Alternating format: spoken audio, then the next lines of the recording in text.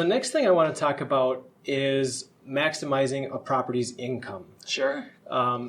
Typically, at least in larger properties, the value of the property is really based off of the net operating income. So income minus expenses, of course. On smaller properties, 1 to 4, it comes into play a little bit, although the comparable sales influence it as well. Yeah. Either way, I mean, we're running a business, so we want to maximize that income. So what would you say are some examples of places that owners are missing income or missing opportunity that they could, have better income? Sure. So kind of before I get into that, the important thing is the income is determined based on the product. And so there are a few things that you can do once you own the property to improve it.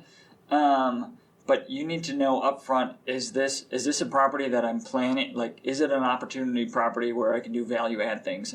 Or am I buying a finished product and it just happens to be a really good deal and the income isn't going to change? And so doing that work on the front end, working with great real estate agents who know investment properties should be able to help determine that, okay, this is a value add or where you can improve the value of the property, therefore increase the income. Or, hey, this is a pretty much set deal. It is what it is. You're not going to be able to get a lot more for it. Oftentimes, into your actual question, things like utilities are an area where you can explore. The ideal situation is where you have split utilities, like at a duplex, where it's very clear who's using what, and you can charge for that. A lot of times, that's not the case where you have split utilities, and so usually the owner just eats those costs. What you can do actually is there are different ways to do it. One approach is you can take the 12-month average of the water bill or the electrical bill, whatever utility, and divide it per month and say, Mr. Tenant, Miss Tenant, this is how much we're actually going to charge you.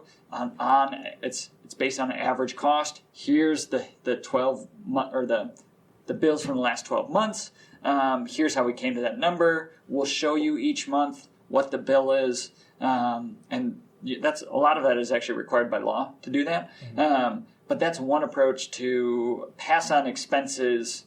Your question was about income, but that's one way that would actually change the net operating income. Yeah, no, for sure. Even though it's related to expenses, definitely is another income revenue stream. Yeah, yep. Absolutely. Another thing, one thing we're doing at our fourplex that we manage is looking at storage opportunities. The basement currently isn't being utilized, but we could use it for storage.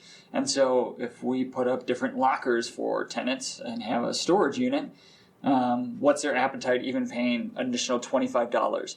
And you don't have to set it up where, depending on how you announce that change, you could say, hey, we're now offering storage. If you'd like a unit, it's $25.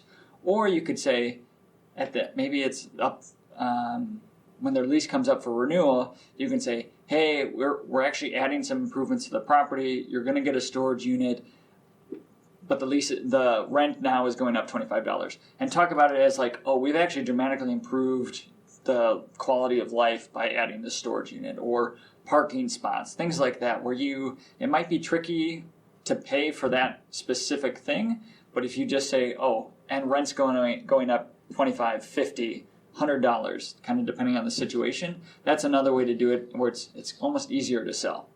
Yep. A lot of those South Minneapolis 4-unit buildings, their basement is wide open, and like you mentioned earlier, it can get filled with old tenants' stuff that's moved out and abandoned if it's not, kept up. So I think that's a great idea to be splitting off sections and then making either, like you said, either make it a part of the rent or charge separately depending on need. And that's where you can kind of look at the property, kind of figure out the tenants, what's going to be the easier sell. Is it easier to sell this storage unit by itself at $75, or is it easier to sell the unit plus the storage at this new rent amount? Yep. And that's why it's good to have a property manager who can feel out the tenants. Yep. Want to hear more on this topic? Click the link below for the full episode of Maximizing Your Property Value.